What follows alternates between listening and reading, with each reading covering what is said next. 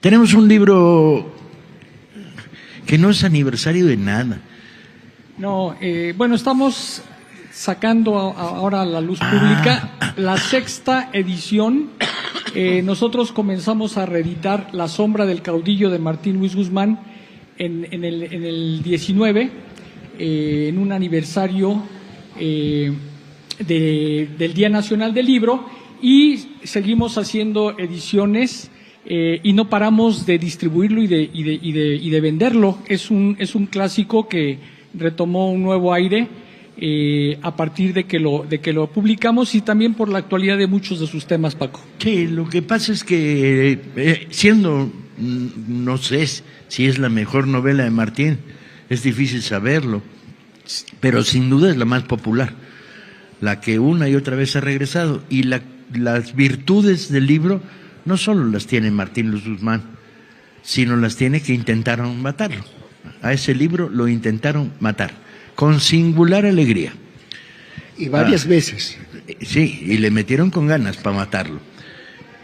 Martín Luis Guzmán decide escribir este polémico libro sobre un asesinato político en el que está involucrado la presidencia de la República, ¿sí? Se intentan asesinar a Francisco Serrano, que en la novela ustedes lo van a reconocer como el general Ignacio Aguirre. Sí. Y quienes fraguan ese asesinato político son Álvaro Obregón, el caudillo, y con la complicidad de Plutarco Elías Calles, que iba a ser candidato. el Pero sucesor. No es exactamente un libro de historia, porque lo que hace Martín muy hábilmente es tomar historias relacionadas de las frecuentes actividades políticas del gobierno obregonista, y entonces introduce personajes y elementos que más bien parecen del 24, de la época de no de Huitzilac, el asesinato de Serrano, sino del 24, de la rebelión de la Huertista, y los junta. Y crea personajes que no son fácilmente identificables, aunque a ratos dices, a ver, este cuate, jefe de la Cámara de Diputados del bloque progresista, pues debe ser Prieto Lorenz, pero a ratos, no, es Prieto. O sea, Martín ficciona el asesinato de Huitzilac. El corazón de la historia es el asesinato de Huitzilac, o sea, un grupo de militares acusados de rebelión, sin juicio y sin pruebas, asesinados en una carretera, asesinados, donde todavía quedan las huellas de las cadenas que traían en los cadáveres que quedan tirados en Huitzilac. Sí, yo creo, Paco, que parte de la explicación que da Martín Luis Guzmán, y también parte de lo que después viene como la censura a este libro, tiene que ver con que por primera vez un gobierno posrevolucionario que venía muy legitimado empieza a tener evidencias de corrupción política, de autocracia, y entonces todo eso genera que no tolere en ese momento el gobierno posrevolucionario esa denuncia que estaba haciendo Martín Luis Guzmán, porque finalmente fueron de las figuras señeras de lo que fue el Partido Nacional Revolucionario, que se transformó en el actual Partido Revolucionario Institucional. Hasta la ruptura cardenista, el partido estuvo dominado por la figura de Obregón, la figura de Calles, la figura de Obregón, la muerte de Obregón, la preeminencia de Calles, y luego un par de presidencias, digamos, blandas, que seguían la lógica de lo que Calles le mandaba. La de Portes Gil, que fue conocido en México como Así te Portes Gil, ¿no? El libro, Paco, se censura en 1929, cuando aparece en España en Espasa Calpe. No, antes, cuando publican el Universal. En el Universal hace entregas. Martín hábilmente hace una publicación por entregas en el Universal que es interrumpida. Y entonces dicen, no, prohibido, ¿cómo prohibido? Y el libro lo levantan y no termina de publicarse en el Universal. Martín hábilmente se va a España y logra que se lo publique Espasa Calpe, que era una editorial muy prestigiada Sí. en esos años. Pero el gobierno bloquea la introducción del libro en México. Sí, o sea, hay pero- una segunda Pero censura. incluso también la circulación en España. Hacen una gestión diplomática para frenarlo en España y solo hasta 1938 aparece en México con la editorial Botas.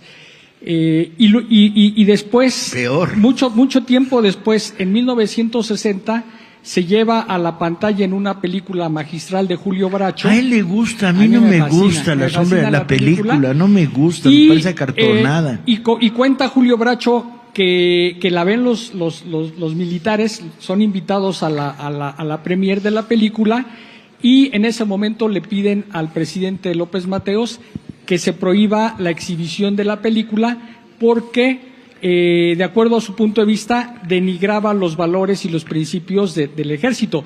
Entre otras cosas, porque en esa película hay una escena donde acribillan a uno de los a Aguirre y uno el asesino va y le saca dinero ya cuando está muerto, ¿no? Es decir, es una película muy fuerte donde Martín Luis Guzmán retrata parte de la historia política del país, pero en ese momento el ejército no lo soportó y pidió que no tuviera la exhibición que merecía la película, y hasta 1990 por presión social lo vuelven a lanzar.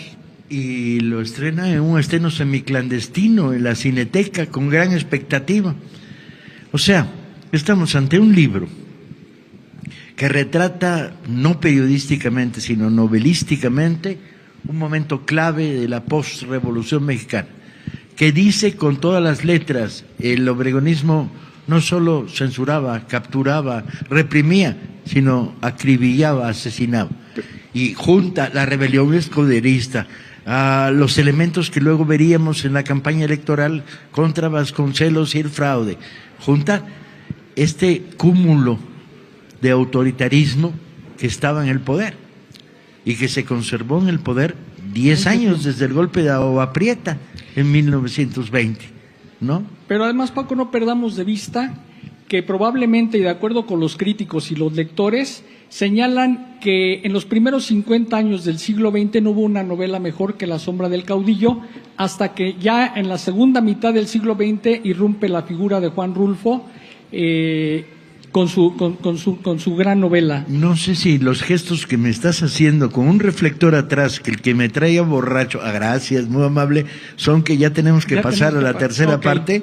Bien. Ok, perdón, nada más decir que por sí misma La sombra del caudillo, independientemente del contexto histórico y de la censura, es una de las piezas más importantes de la narrativa mexicana y que es algo que como lectores no podemos pasar inadvertido de esta gran obra, ¿no? Resulta muy atractivo,